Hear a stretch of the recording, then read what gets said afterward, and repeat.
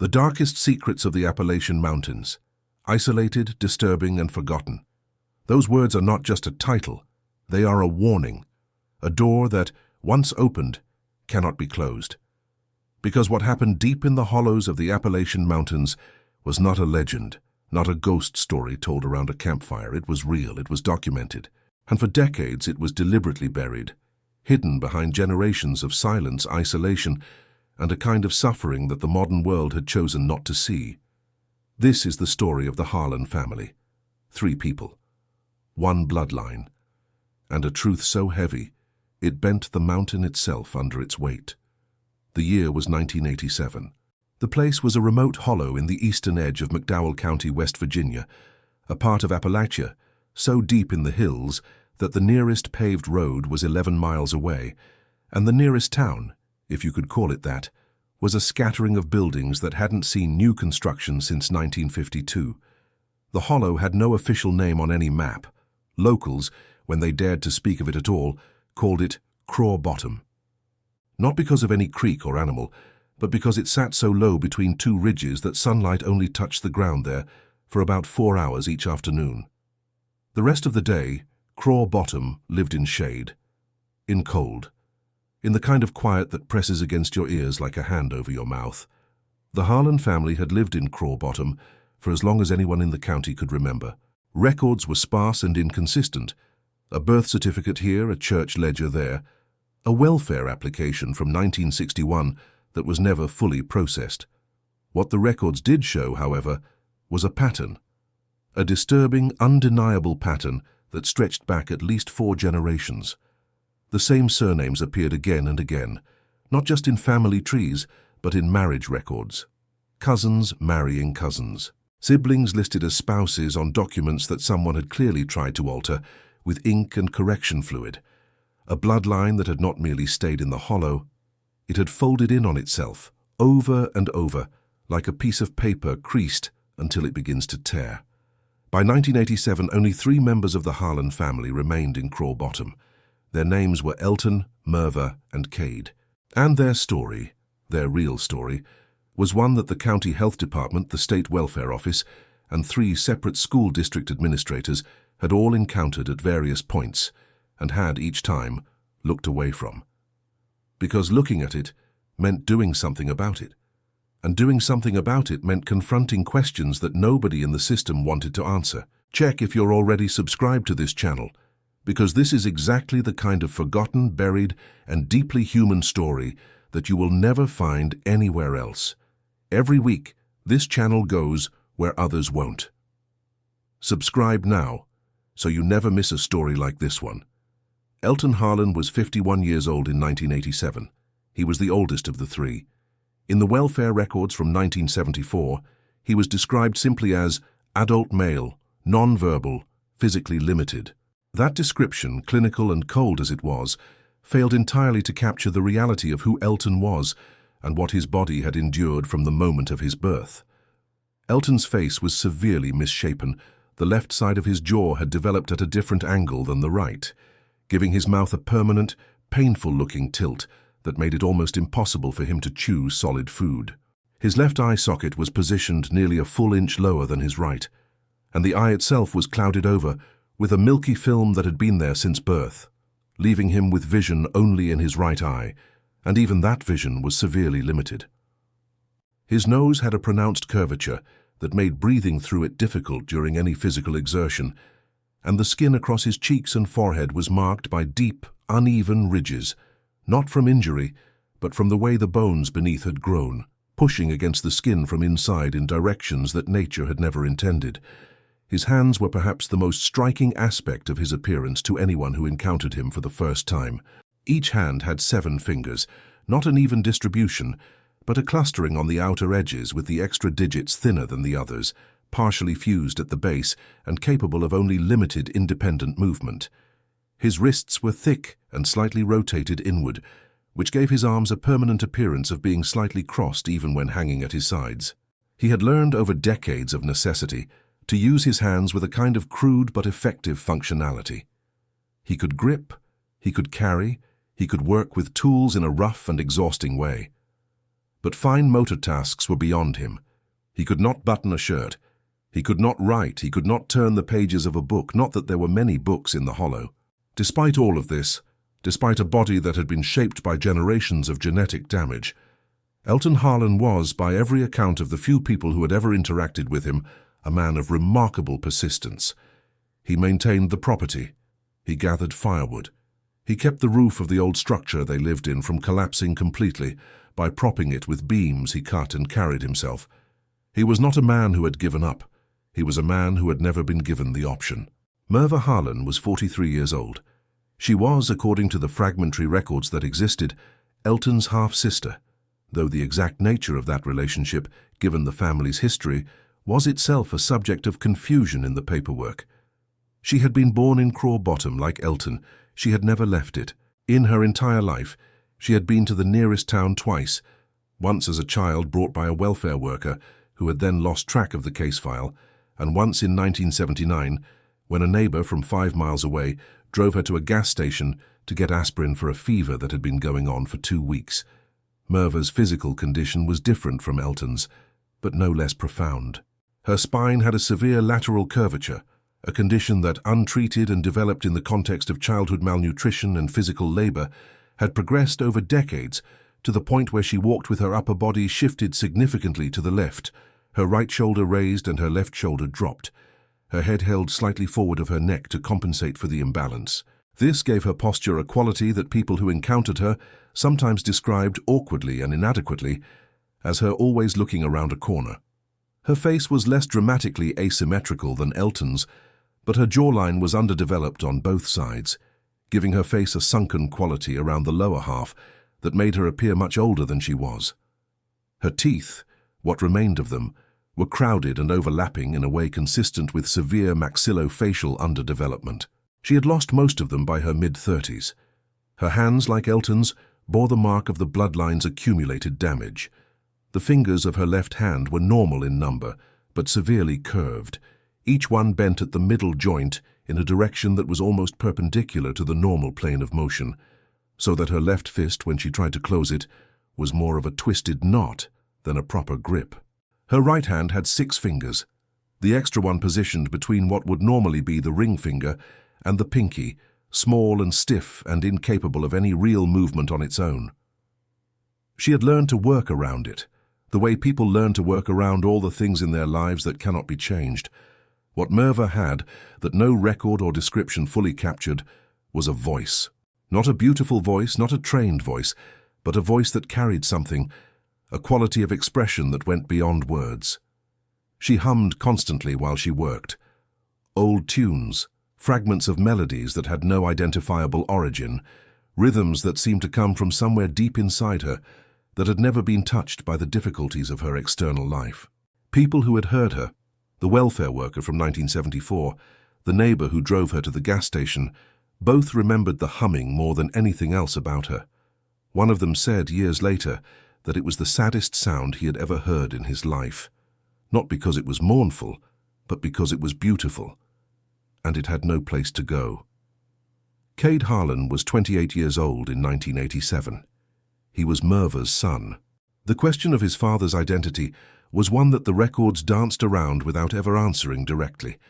There was a name on a birth document, a name that matched no one in any external record, a name that appeared nowhere else in any county file except on that single certificate.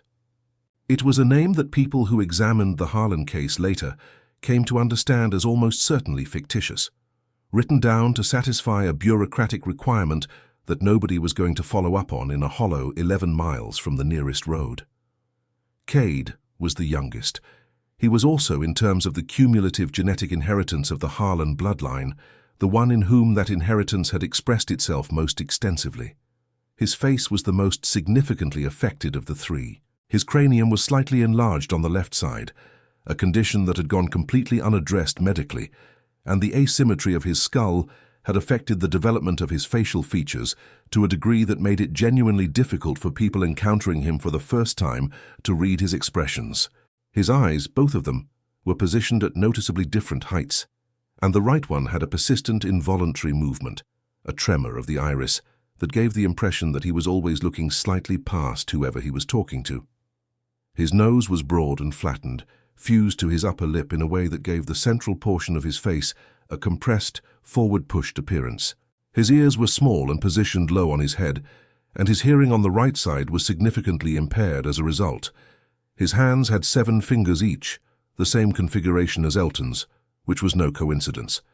The extra digits were positioned differently, however. On Cade's hands, the additional fingers appeared on the inner side, between the thumb and the index finger, giving his grip an unusual range and an uncanny quality of being able to wrap around objects in ways that a typical human hand could not. He had developed, through years of working with his hands in the hollow, a kind of mechanical competence that surprised people. He could fix things. He had, using only salvaged parts and tools that were decades old, kept a small diesel generator running that provided the hollow with a few hours of electricity each night. He had repaired the water pump twice. He had built a small animal pen from gathered wood and wire that stood straight and solid, despite having been constructed without a single straight measurement tool. Cade was the one who could speak most fluently. He had learned to read from a box of old magazines and 2 paperback books that had been left in the hollow by a welfare worker in 1969, before he was born, and which had been preserved with something close to reverence by Merva, who understood, even without being able to read them herself, that they represented a connection to a world beyond the ridges. He had taught himself from those magazines. He had memorized passages. He had, in a life with almost no social interaction and no formal education of any kind, built a private intellectual world from those salvaged pages that was more complex and more active than most people would have imagined possible looking at him. It was Cade who, in the autumn of 1987, wrote a letter. He addressed it to the McDowell County Health Department. He wrote it on the back of a page torn from one of the old magazines, using a pencil stub held in those 7-fingered hands, with a grip that was awkward and slow, but ultimately precise enough to form legible sentences. The letter was short. It said that there were 3 people living in Craw Bottom who needed help. It said that 2 of them were in declining health. It said that he had been trying to get assistance for 4 years and had received none. It said in the last line simply, "We are not animals, please come." The letter arrived at the health department on a Tuesday in October. It was logged, assigned a case number, and placed in a pile of pending reviews. For 6 weeks, it sat there.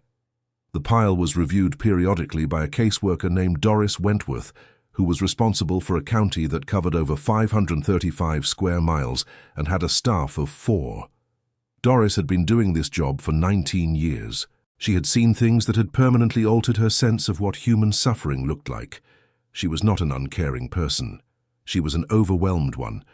The distinction mattered, though it did not change the outcome for the 6 weeks the letter sat waiting. When Doris finally read Cade's letter, she put it down on her desk and sat quietly for a moment. Then she picked up the phone and called the welfare office. Then she called the district school board, even though Cade was clearly an adult. Then she drove on a Thursday morning in late November, 11 miles down a road that became progressively worse until it was barely a track, and arrived at Craw Bottom for the first time. What she found there, what she documented in a report that is still technically accessible through public records requests, though the report itself was never formally acted upon beyond a second round of case assignment, was not what she had expected. She had expected squalor. She had expected despair. She found both, but she found other things too, things that her report struggled to articulate in the language of a government form. She found a place that had been maintained, imperfectly but persistently, by 3 people who had no resources and no help, and who had somehow, across decades of isolation and physical difficulty, built a life in the hollow that was, in its own devastating way, organized. There was a system to how the firewood was stacked. There was a routine to how the generator was managed. There was a small garden, dormant for winter but clearly tended, in a patch of ground near the structure's south wall. She found Elton working on the roof. He did not stop when her truck came down the track. He watched her with his one functioning eye, his 7-fingered hands moving carefully along the beam he was resetting, and he waited. She found Merva inside, humming, stirring something on a cast-iron stove that was so old it had no identifiable manufacturer's markings left on it. Merva looked at Doris without surprise, as if visitors arrived every day, though they clearly did not. And she found Cade standing near the door, holding himself with a kind of careful composure that told Doris everything she needed to know about how much this moment had mattered to him.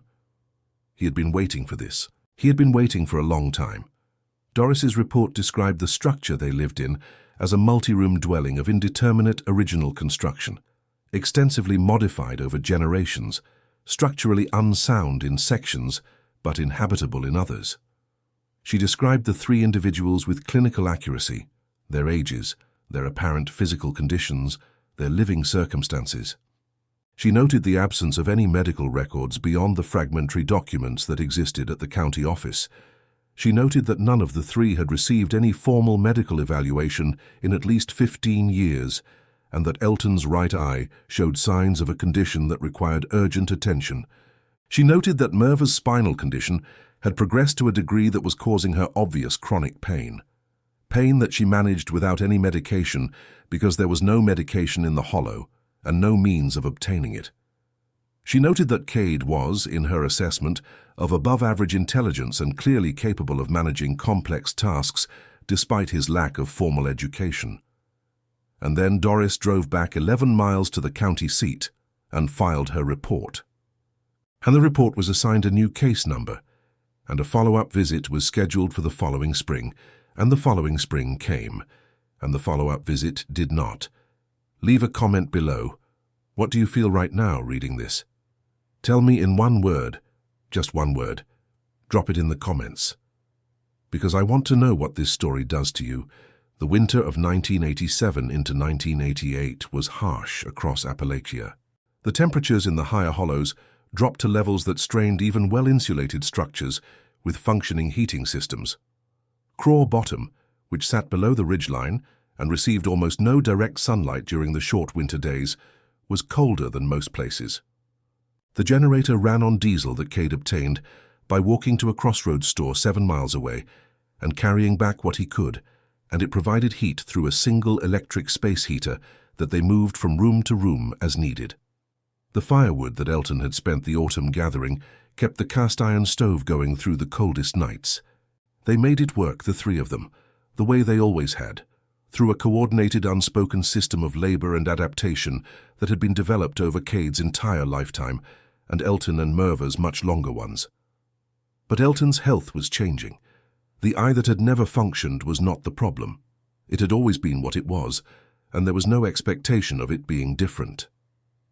The problem was the other eye, the one that had given him his limited but functional vision for 51 years. In the months after Doris's visit, Elton began to show signs that something was shifting in that eye as well. He moved more carefully. He paused at the edge of steps before stepping down. He reached for things and sometimes missed them by an inch or two and had to reach again. He said nothing about it. Elton rarely said much about anything, his verbal communication having always been limited to short phrases and sounds that Merva and Cade had learned to interpret over years of close proximity. But they noticed. Merva was the one who told Cade, not in words exactly, but in the way she watched Elton move across the room one evening, her expression carrying something that was not quite grief, but was close to it.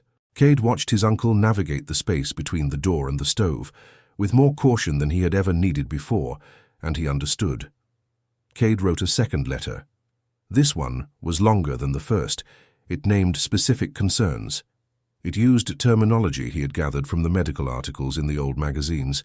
It referenced Doris Wentworth's visit by date and noted that the promised follow-up had not occurred. It was detailed and specific, and, in the opinion of the professor of public health at West Virginia University, who would eventually read it 20 years later as part of an academic study of rural healthcare access, it was one of the most precisely articulated requests for medical assistance he had encountered from a non-medically trained individual. The professor noted in his published paper that the letter demonstrated a sophisticated understanding of the mechanisms of bureaucratic neglect and a clear-eyed assessment of what was needed to break through it. The letter went to the county health department again, but also, this time, to the state welfare office in Charleston and to the office of the state senator, whose district technically included McDowell County. Cade had found the senator's address in a 2-year-old newspaper that had made its way to the Crossroads store and been left behind by someone who had used it to wrap something. He had kept the newspaper for months before deciding to use it. The senator's office responded first. Not the senator himself, but a constituent services representative named Gerald, who sent a form letter acknowledging receipt of the communication and promising that the matter would be reviewed within 60 days. It was reviewed within 60 days in the sense that someone in the office read the summary that Gerald had written about it and determined that it should be referred back to the county health department, which it was, which brought it back to the same desk it had started from. This process is not unusual. In rural America in the late 1980s, it was extraordinarily common. The geography of neglect is not random. It follows the same roads, or rather, it follows the same absence of roads. What broke the cycle eventually was not a government office, it was a journalist. Her name was Patricia Engel, and she worked for a regional newspaper in Morgantown that had been running a series on rural healthcare access in West Virginia. A source at the state welfare office mentioned the Harlan case to her in passing, not as a central example, but as a footnote. One of dozens, the source said, that never go anywhere. Patricia asked for the case number. She requested the records. She drove to McDowell County in March of 1989, and she drove the 11 miles down the deteriorating track to Craw Bottom, and she knocked on the door of the structure where the Harlan family lived. Cade answered. He stood in the doorway in the grey morning light, his asymmetrical face composed, his 7-fingered hands quiet at his sides, and he looked at her with those misaligned eyes, the left one still, the right one with its constant trembling movement. And he said, "I knew someone would come eventually, I just didn't know it would take this long." Patricia Engel spent 3 days in and around Craw Bottom. She spoke with Cade at length, hours of conversation, conducted over the kitchen table while Merva hummed and worked, and Elton sat near the stove with a patience that seemed geological in its depth. She learned the history of the family from Cade's account, which was detailed, unflinching, and delivered with a quality she would later describe in her notes as an absolute absence of self-pity. He told her about the bloodline, about what he understood of it, which was more than the county records reflected, because he had been thinking about it for years. He had figured out from the documents Merva had kept in a tin box under a floorboard, and from the fragments of family history that Merva and Elton had communicated to him over a lifetime, that the pattern went back at least to the mid-1800s. People staying in the hollow, people having children with the only other people available, which were the people they were already related to, not out of intention, not out of anything that could be called a plan, but out of the simple, brutal arithmetic of isolation. When there is no one else, there is only each other. Cade understood what that had done to his family. He understood it in the specific physical terms of what he could see in the mirror and feel in his own body, and he understood it in the broader historical terms of what the magazines and books had given him access to. He was not angry about it exactly, or rather his anger had a quality of distance to it, a philosophical remove that had developed, Patricia suspected, because anger without any outlet for 28 years has to go somewhere, and Cade had sent it inward into understanding, into the work of making sense of something that was genuinely very hard to make sense of. He told Patricia about the deformities, not euphemistically, not apologetically, but plainly, because he had been living with them his entire life and they were simply facts. He told her about Elton's hands and about his own, and about the condition of Merva's spine. He described Elton's deteriorating vision with a precision that made Patricia understand immediately that Cade had been monitoring it carefully and was frightened, in that controlled and quiet way of his, about what was happening. He told her that he had written the letters. He showed her the copies he had kept, written in that careful, slow, 7-fingered hand on the backs of salvaged paper. He had kept every copy. He had dated them. He had a record of everything he had tried to do and everything that had failed to happen as a result. If you've made it this far in this story, you already know what kind of content lives here. Hit that like button. Share this story with someone who needs to hear it. Because the Harlan family deserved to be heard, And you sharing this is the closest thing to justice this story will ever get. Patricia Ingle's article ran in April of 1989. It was the lead piece in the regional paper's Sunday edition. It included photographs. Cade had consented to photographs, had in fact asked to review them before publication, and had approved each one with a kind of solemn deliberateness that made Patricia feel, watching him, that she was witnessing something important. The photographs showed the hollow, the structure, the garden patch, the neat stack of firewood. They showed Cade's hands resting on the kitchen table. They showed Merva at the stove, her curved spine and raised shoulder visible in profile. Her face turned slightly toward the camera with an expression that was impossible to read and impossible to forget. Elton was not photographed. He had communicated, through the short phrases and sounds that were his language, that he did not want to be, and that boundary had been respected absolutely. The article was picked up by the Associated Press 2 days after it ran. Within a week, it had appeared in 17 newspapers across the country. The McDowell County Health Department received calls from news organizations, from advocacy groups, from a hospital in Charleston that offered to provide medical evaluation and treatment at no cost. The State Welfare Office issued a statement. The Senator's office issued a statement. Doris Wentworth, when reached by phone by a reporter from a Pittsburgh paper, said only that she had filed her report and submitted it through the proper channels and had expected the follow-up to occur. Her voice, the reporter noted, sounded tired in a way that had nothing to do with the time of day. A medical team came to Craw Bottom in May of 1989. They came in 2 vehicles with equipment, and they spent a full day conducting evaluations. Elton's remaining vision was found to be severely compromised by a progressive condition that was treatable if addressed immediately and irreversible if not. He was transported to the hospital in Charleston the following week. The first time in his life he had been in a vehicle for more than 15 minutes. The first time he had left McDowell County. The first time he had been in a building with more than 4 rooms.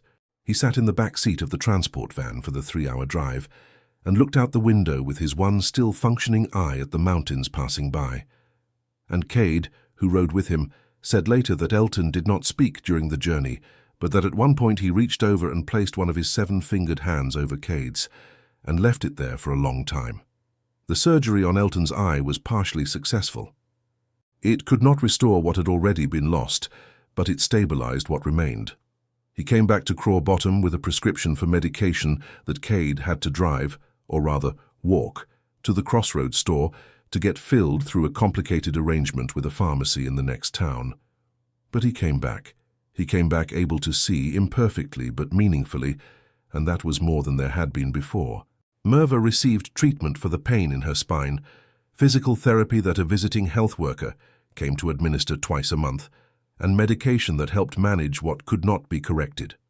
The curvature itself was beyond surgical intervention at this stage of her life and the progression of the condition, but the pain could be moderated, and the difference that made in her daily existence was, according to Cade's account, profound. She hummed differently after that, he said. The melodies were the same, but something in the quality of them had shifted, like a door that had been almost closed finally opening.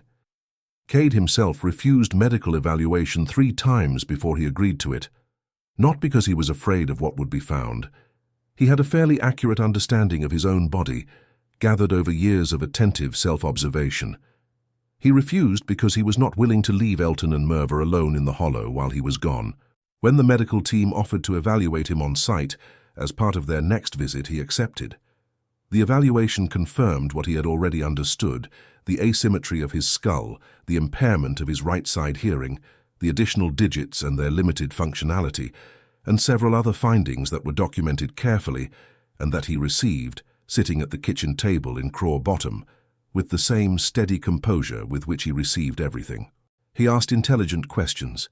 He took notes on a piece of paper in that slow, deliberate hand. He thanked the doctor, who was visibly moved in a way that he was clearly trying to maintain professional distance from. The story of the Harlan family did not end with the medical intervention. Stories of this kind do not end neatly. What happened was more gradual than that, and more complicated, and in some ways more important because of that complexity. A local non-profit, mobilized by the attention the article had generated, worked with the family over the following 2 years to make structural improvements to the dwelling in Craw Bottom. Not to relocate them, Cade had made it clear, politely but absolutely, that relocation was not something he or Elton or Merva were interested in. The Hollow was home. The Hollow was the only place any of them had ever been. It had its darkness, and it had its history, and it had the weight of everything the bloodline had done to them. But it was also the place where Merva's humming lived, and where Elton's quiet hands had kept a roof overhead for decades, and where Cade had taught himself to read and think and write letters that eventually someone answered. What the non-profit and the attending social workers had not entirely anticipated was how the public attention affected the family, not negatively in the sense of intrusion or exploitation, but in a more complicated way. People came. Not many, not in a steady stream, but occasionally. Journalists, academics, social workers, a documentary filmmaker who spent a week in the Hollow in 1991 and produced a short film that was screened at 2 regional film festivals before disappearing from circulation. Each visitor brought with them a set of assumptions about what the Harlan family was, and each of them, in the accounts they gave afterward, described the experience of those assumptions being quietly and completely dismantled over the course of a few hours in the Hollow, because what the Harlan family was, underneath all of it, underneath the history of the bloodline and the physical consequences of that history and the decades of isolation and institutional neglect, was 3 people who knew each other better than most people will ever know anyone in their lives. 3 people who had developed, in the absence of any other community, a depth of mutual understanding and mutual reliance that was both the product of terrible circumstances and, in its way, something real. Elton knew the sound of Merva's voice well enough to tell from 20 yards away whether she was in pain or at ease. Merva knew which of Elton's movements meant he needed help and which meant he wanted to be left alone. Cade knew both of them the way you know a landscape you have walked every day, every variation, every subtlety, every signal. None of this excused what the bloodline had done to them.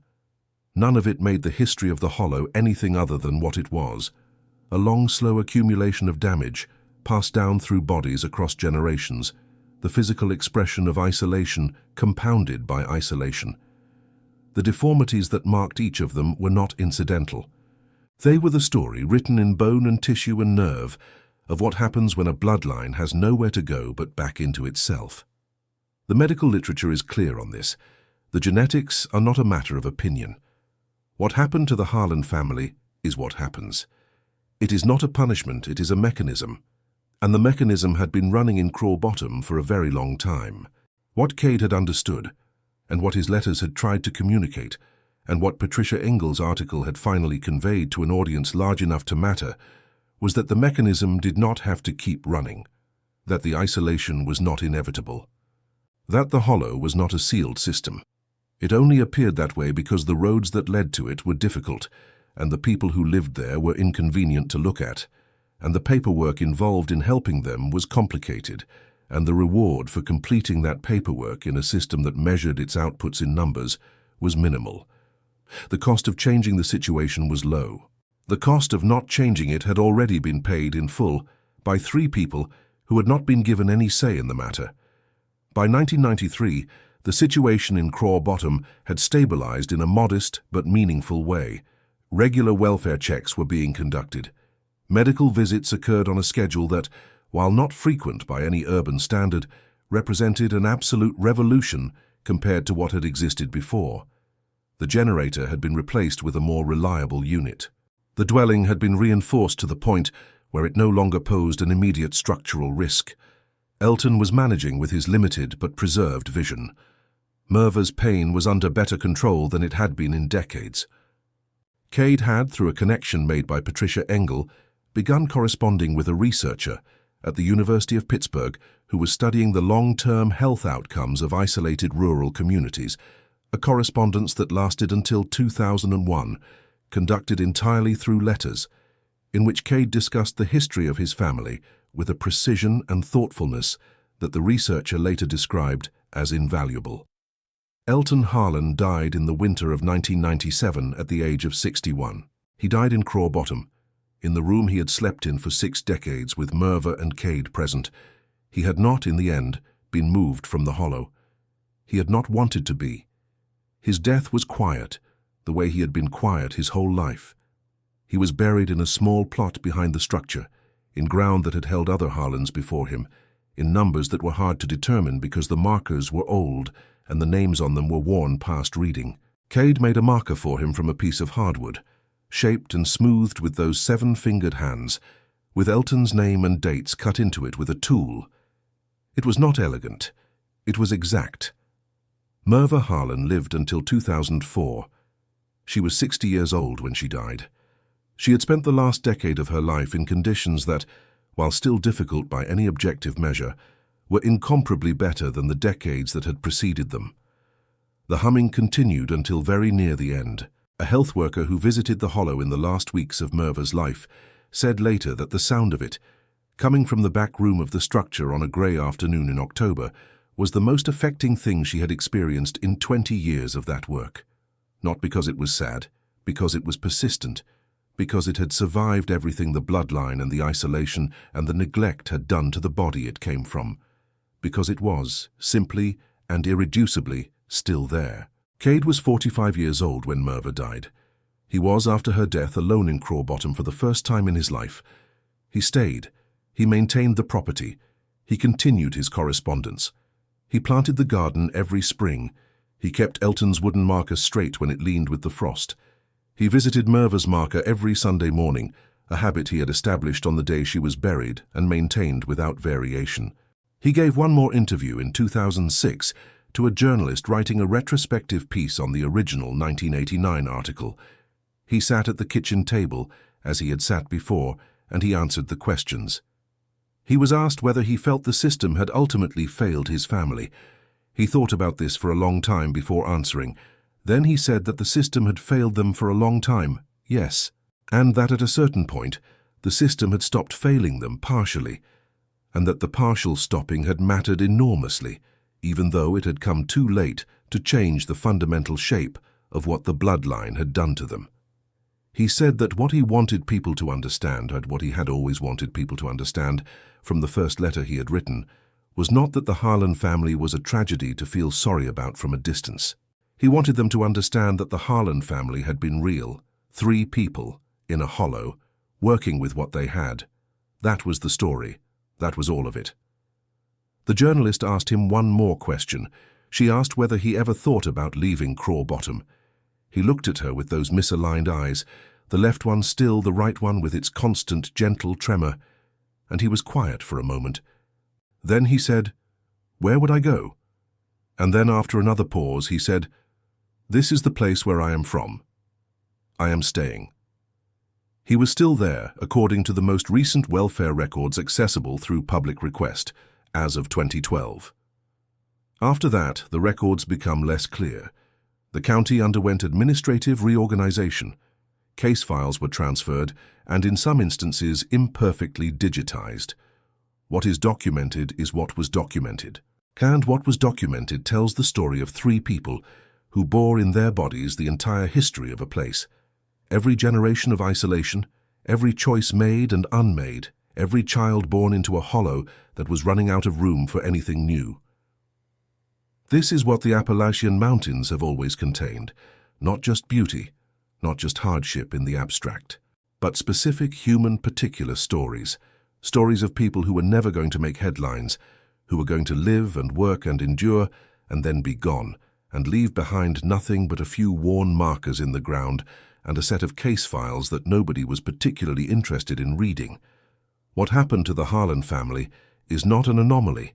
It is not an isolated incident, which is its own grim irony, given that isolation was precisely the mechanism. It is a pattern. It appeared in Appalachia with particular concentration because the geography of Appalachia, the deep hollows, the difficult roads, the communities folded away from the broader currents of American life, created the conditions for it. But the pattern itself, the process by which isolation compounds across generations and writes itself into the bodies of the people it produces, is not unique to any one place. What is unique is the record, the letters that Cade wrote. The report that Doris filed, the article that Patricia published, the interview Cade gave in 2006, sitting at the table in the hollow, speaking with a clarity about his family's history that took the journalist's breath away. These documents exist. They can be found by people who look for them. They constitute a kind of testimony, imperfect, incomplete, mediated through institutions that had already failed the people they were supposed to serve. But testimony, nonetheless. Evidence that 3 people existed, that they had names, that they worked and suffered and endured and, in Cade's case, thought and wrote and tried, persistently and without self-pity to be seen. The darkest secrets of the Appalachian Mountains are not supernatural. They are not hidden in the conventional sense. They are in the county records and the welfare files and the medical evaluations that took too long to happen. They are in the gaps between the documents, the years where nothing was filed, the follow-up visits that were scheduled and never made, the form letters from the senator's office, the reports that were assigned case numbers and placed in piles. The darkness is administrative. The darkness is geographic. The darkness is the specific shape of what happens when a society decides, not through any single decision but through 1,000 small ones, that certain people are too inconvenient, too remote, too complicated to help. The Harlan family did not disappear into that darkness. Elton maintained a roof, Merva hummed, Cade wrote letters. They stayed visible to each other, even when they were invisible to everything else. And eventually, because Cade kept writing, someone came. It was not enough, and it was not in time for everything that could have been different. But it was something. And in Craw Bottom, in that cold hollow between the ridges where the sunlight only reaches for 4 hours a day, something was always more than nothing. If you watched this story all the way to the end, leave a comment saying, "I watched until the end." It's the best way for me to know you're here, and to know who truly cares about the stories on this channel. Every comment means more than you know. And if you're not subscribed yet, do it now, because next week there's another story waiting, one that deserves to be heard just as much as this one.